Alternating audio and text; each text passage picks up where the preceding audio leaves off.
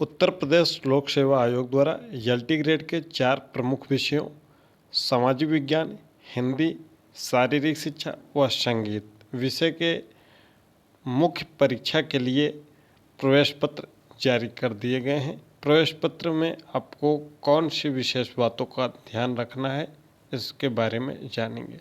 सबसे पहले आप जान लें कि आप एडमिट कार्ड अपना डाउनलोड कर लें। उसमें आपका परीक्षा केंद्र अंकित है कि किस जिले में आपका परीक्षा केंद्र है। लखनऊ में हिंदी और शारीरिक शिक्षा की परीक्षा 9:30 बजे से 12:30 बजे तक संपन्न होगी। सामाजिक विषय की परीक्षा प्रयागराज के विभिन्न केंद्रों पर 9:30 बजे से 12:30 बजे तक संपन्न होगी। वह संगीत विषय की परीक्षा प्रयागराज में शाम 3 बजे से 6 बजे तक संपन्न होगी। प्रवेश पत्र के साथ साथ आपको उसी के साथ पीडीएफ डाउनलोड करेंगे, अटेंडेंस शीट भी डाउनलोड करना व प्रिंट कराना आवश्यक है। एडमिट कार्ड में आपके परीक्षा केंद्र का पता सहित लिखा हुआ है। यहाँ पर परीक्षा तिथि भी मेंशन है कि आपकी परीक्षा तिथि कितने तारीख को है। सबसे पहले आपको ध्यान रखना है कि आपका जो ये समय है 8:45 पर आपको परीक्षा केंद्र का गेट बंद हो जाएगा। तो इस बात का विशेष रूप से ध्यान रखेंगे। आप चाहे जितनी दूर से आ रहे हों, पास से आ रहे हों, 8:45 तक आप हर हाल में परीक्षा केंद्र के अंदर प्रवेश प्राप्त करना सुनिश्चित करें। प्रवेश पत्र, अटेंडेंस शीट, इसके साथ आपको 3 फ़ोटो, ध्यान रखिएगा 3 फ़ोटो, एक फ़ोटो को आपको अटेंडेंस शीट पर छपा कर लेना है। उसके अतिरिक्त 2 फ़ोटो और ले लेना है। एक आईडी जिसकी मूल प्रति और छाया प्रति, ये सबसे अनिवार्य है। इसके अलावा बॉल पॉइंट पेन जिससे आपको लिखना है वह ले लेना है। अटेंडेंस शीट वाले में आपको पेस्ट फ़ोटो लिखा हुआ है, यहीं पर आपको फ़ोटो छपा कर देना है।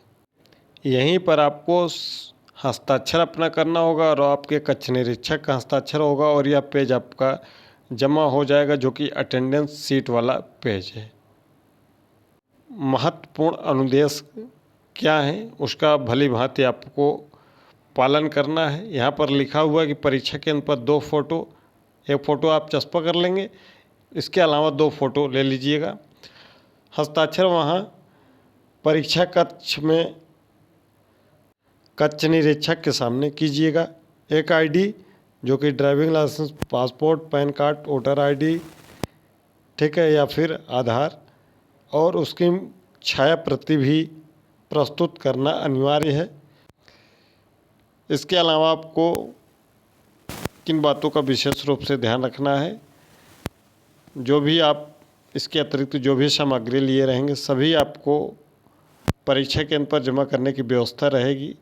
लेकिन फिर भी यहाँ पर लिखा हुआ है कि कोई सामान खो जाता है तो उसका दायित्व आयोग का नहीं होगा।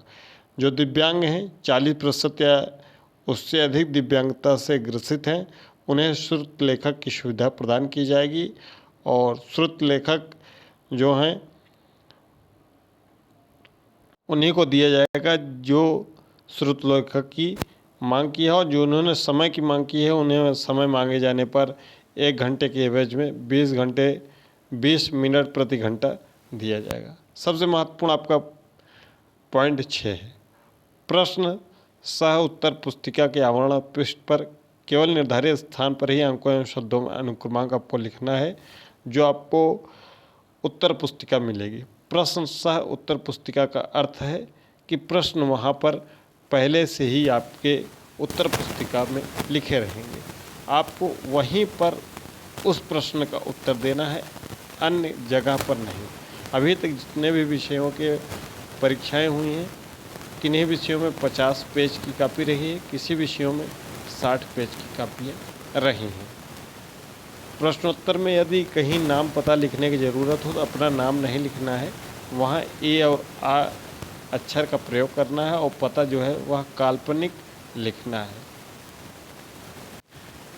परीक्षा भवन छोड़ने से पूर्व प्रश्न सह उत्तर पुस्तिका के अंदर सभी खुले कागजों जैसे सारांश, लेखन पत्र, ग्राफ पत्र, मानचित्र इत्यादि और प्रश्न हल करने के लिए दिए गए हों, चाहे वह प्रयोग में लाए गए हों अथवा नहीं, को अभ्यर्थी भली भांति प्रश्न सह उत्तर पुस्तिका के अंदर रखकर मजबूती के साथ नथिक कर देगा। एक आपको प्रश्न पत्र तो मिलेगा ही और जो उत्तर पुस्तिका होगी वह प्रश्न सह उत्तर पुस्तिका होगी, यानी कि प्रश्न उसमें अंकित रहेंगे।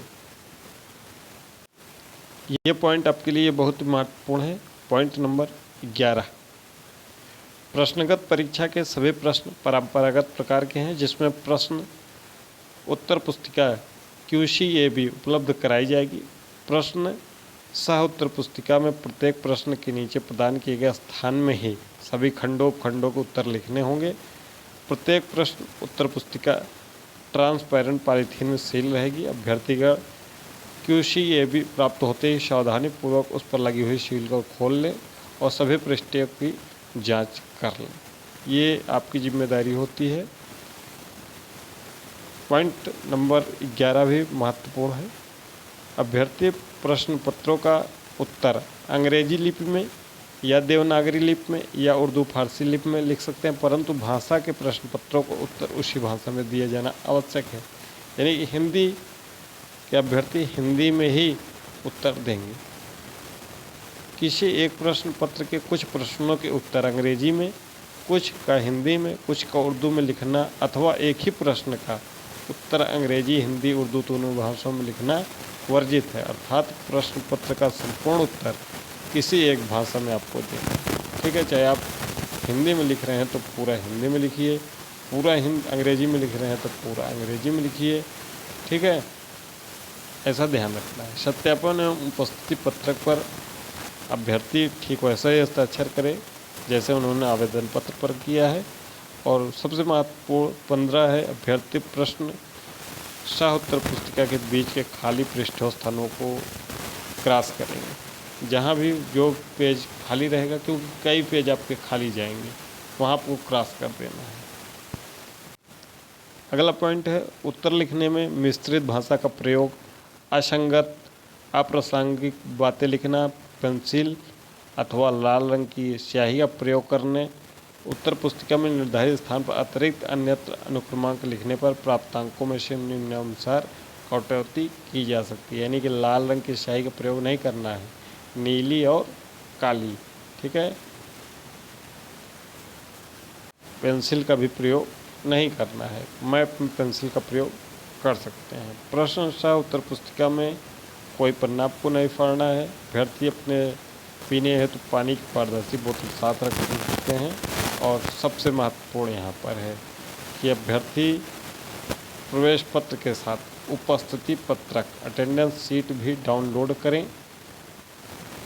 उस पर अपने पासपोर्ट साइज अभिप्रमाणित फोटोग्राफ चस्पा करें। आप वहाँ पर एक फ़ोटो चस्पा कर देना है और आपको स्वयं से प्रमाणित कराना है, किसी गजटेड अफसर वगैरह से नहीं करवाना है। ठीक, परेशान रहते हैं अभ्यर्थी, पिछले जो भी परीक्षा उसमें लगातार प्रश्न ये पूछे जाते थे कि किसी से उसको अटेस्ट करवाना है क्या, तो नहीं, आपको सेल्फ अटेस्ट उसको करना है फ़ोटो चस्पा करने के अब बाद, और अटेंडेंस सीट को जमा कर देना है।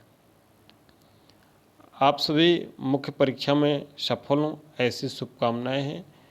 परीक्षा में शामिल होने वाले सभी अभ्यर्थियों को प्रयागराज एजुकेशन की पूरी टीम की तरफ से हार्दिक शुभकामनाएं।